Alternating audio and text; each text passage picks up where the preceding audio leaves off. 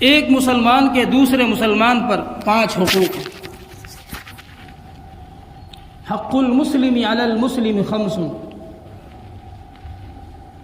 ایک مسلمان کے دوسرے مسلمان پر 5 حقوق ہیں۔ نمبر 1 رد السلام، سلام کا جواب دینا۔ یہ وہ حدیث ہے معاشرتی اعتبار سے جس سے آپس میں محبت بڑھتی ہے، جس سے انسانیت بنتی ہے، جس سے معاشرہ بنتا ہے اور ایک خوشگوار ماحول پیدا ہوتا ہے۔ آپس میں ایک دوسرے کے لیے دکھ درد پیدا ہوتا ہے۔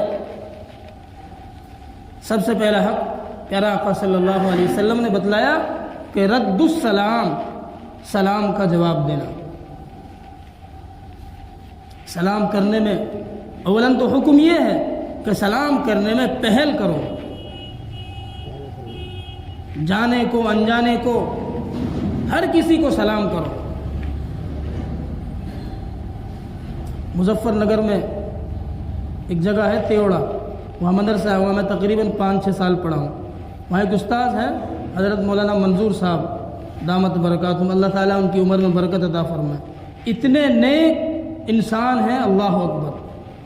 ہم جب بھی آمنے سامنے ہوتا اور ہم چاہتے کہ ہم سلام کریں گے، لیکن کبھی انہوں نے موقع ہی نہیں دیا۔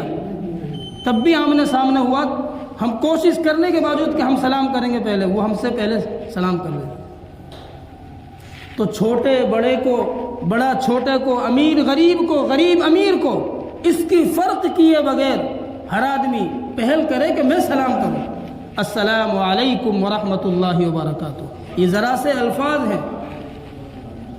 کسی مذہب نے اتنا پیارا سلام ایجاد نہیں کیا۔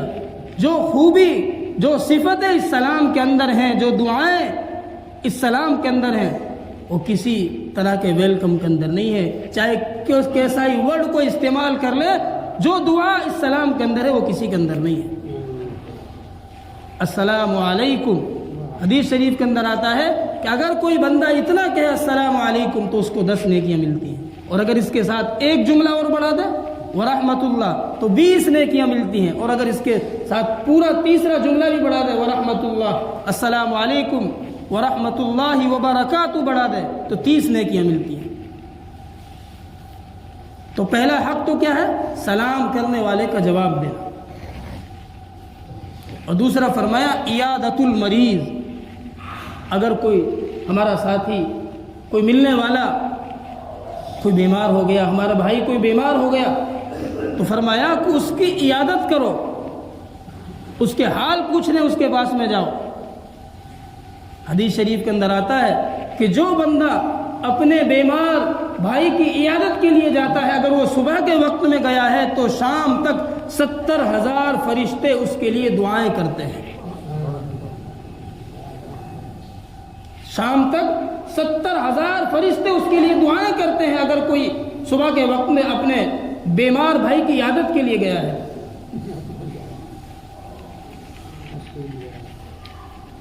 اور مزید یہ ہوتا ہے، برا مت سمجھنا، ایک بہت بڑی بیماری نے جنم لے لیا ہے، ہم جس کے پاس میں عیادت کے لیے گئے تو دیکھتے ہیں کہ ناشتہ ملا ہے نہیں ملا، چائے ملی ہے نہیں ملی۔ ارے بھائی، ایک تو اوپر سے بیماری سے مبتلا ہے اور اوپر سے ناشتے کا ظلم اٹھا دو اس کو اوپر۔ منع کر دیا کرو کہ نہیں، ہمیں چائے کی ضرورت نہیں، ہم آپ کی چائے نہیں پئیں گے۔ اس وقت آپ اپنی پریشانی سے مبتلا ہیں، ہم تو آپ کا دل کو تسلی دینے کے لیے آئے تھے، چائے پینے کے لیے نہیں آئے، ناشتہ کرنے کے لیے نہیں آئے۔ تو دوسرا حق کیا بتلایا؟ عیادت المریض، مریض کی عیادت۔ اور تیسرا حق فرمایا اگر کوئی انتقال کر جائے تو اس کے جنازے میں شریک ہونا، اتباع الجنائز۔ اگر کوئی بھائی انتقال کر جائے تو اس کے جنازے میں ساتھ چلنا اور جا کر اس کی نماز جنازہ پڑھنا، اور اگر موقع ہو تو تدفین تک، کفن دفن تک قبرستان میں اس کے ساتھ رہنا۔ حدیث شریف میں اس کی فضیلت یہ آئی ہے کہ جو بندہ کسی کے جنازے میں شریک ہوتا ہے تو اس کے لیے اگر وہ صرف نماز پڑھتا ہے تو 1 قیرات ثواب ملتا ہے۔ اور اگر اس کی تدفین میں کفن دفن میں بھی اس کے ساتھ شریک رہتا ہے تو 2 قیرات ثواب ملتا ہے۔ لوگوں نے پوچھا کہ یا رسول اللہ یہ قیرات کیا ہے؟ آپ نے فرمایا 1 قیرات 1 بڑے پہاڑ کے برابر۔ 1 قیرات 1 بڑے پہاڑ کے برابر۔ تو بھائیو بلا تفریق کے کہ یہ اس برادری سے تعلق رکھتا ہے، یہ اس برادری سے تعلق رکھتا ہے، نہیں، بستی میں کسی کے انتقال ہو گیا، سب کے جنازے میں شرکت کریں۔ ہمارا کیا جا رہا ہے؟ مشکل سے آدھا گھنٹہ خرچ ہو جائے گا، 1 گھنٹہ لگ جائے گا، اس سے زیادہ نہیں لگے گا۔ ہم نے اس کے لیے دعا کر لی، دعا میں دعائے مغفرت کے الفاظ، دعائے مغفرت اس کے لیے کر دی اور ہماری دعا قبول ہو گئی، اس کی مغفرت ہو گئی۔ تو ہمیں امید ہے کہ کل ہم کو بھی موقع پڑنا ہے، ہمارے لیے بھی دعا کی جائے گی، اور اگر ہم نہیں کریں گے تو ہمیں امید نہیں رکھنی چاہیے کہ ہمارے لیے بھی کوئی کرے گا۔ اور چوتھا حق یہ فرمایا پیارا آقا صلی اللہ علیہ وسلم نے کہ اگر تمہاری کوئی دعوت کرے تو اس کی دعوت کو قبول کرو۔ اگر تمہاری کوئی دعوت کرے تو اس کی دعوت کو قبول کرو، اب چاہے وہ چھوٹا ہو، بڑا ہو، امیر ہو، غریب ہو، محلے کے اندر، بستی کے اندر اس کا چاہے کوئی بھی مقام ہو، اس نے آپ کی دعوت کی ہے تو بخوشی آپ اس کے یہاں جائیے اور اس کی دعوت کو قبول کر کے وہاں جیسا بھی انتظام ہے اس کے مطابق کیجیے۔ اور 5واں حق یہ فرمایا وَتَشْمِيتُ الْعَاطِشِ، اگر کسی کو چھینک آئی ہے اور اس چھینکنے والے نے یرحمک اللہ کہا ہے تو چھینکنے والے کے جواب یرحمک اللہ کے جواب میں الحمدللہ کہا ہے تو چھینکنے والے کے جواب میں یرحمک اللہ کہنا۔ یہ چھینک آنا اللہ کی بہت بڑی نعمت ہے، بہت بڑی نعمت ہے۔ اس سے ہمارے مائنڈ کو، دماغ کو اتنا فریش ملتا ہے، اتنا فریش ملتا ہے کہ اگر چھینک آنا بند ہو جائے نا تو دماغ کے اندر نری بیماریاں پیدا ہو جاتی ہیں، نسیں بلوک ہو جاتی ہیں۔ اور ایک دوسری نعمت کہ چھینک آنے میں ہمارا چہرہ اتنا بدنوں، جس وقت چھینک آتی ہے تو ہماری شکل بری ہو جاتی ہے، چھینک آنے کے بعد میں پھر ہماری شکل تھوڑی دیر بعد ریلیکس ملنے کے بعد میں پھر چہرہ اسی طرح ہو جاتا ہے۔ تو اس نعمت پر ہمیں اللہ کا شکر ادا کرنا ہے۔ جب چھینک آئے تو کیا کہیں؟ الحمدللہ۔ جب چھینک آئے تو کیا کہیں؟ الحمدللہ، کہ اللہ کی تعریف، تمام تعریفیں اللہ تعالیٰ کے لیے ہیں، اور جتنے سننے والے ہیں وہ اس کے جواب میں کہیں یرحمک اللہ، اور پھر وہ چھینکنے والا پھر اس کے لیے دعا دے یہدیکم اللہ ویصلح بالکم۔ اس کے اوپر ایک حکایت یاد آ گئی، ایک بہت بڑے بزرگ گزرے ہیں، حضرت ابن مبارک رحمۃ اللہ علیہ۔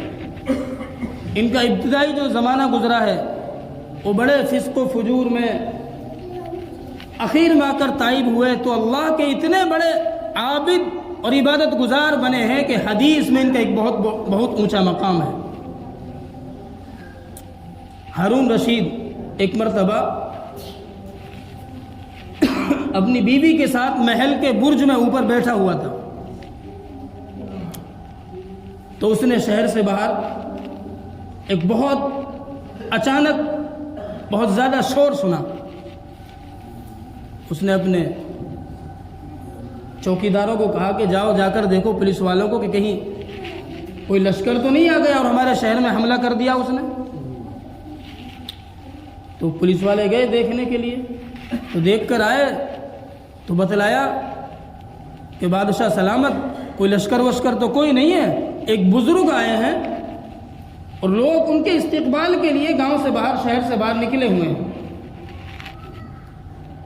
کون بزرگ ہیں؟ عبداللہ ابن مبارک۔ کیونکہ یہ شور کیسا؟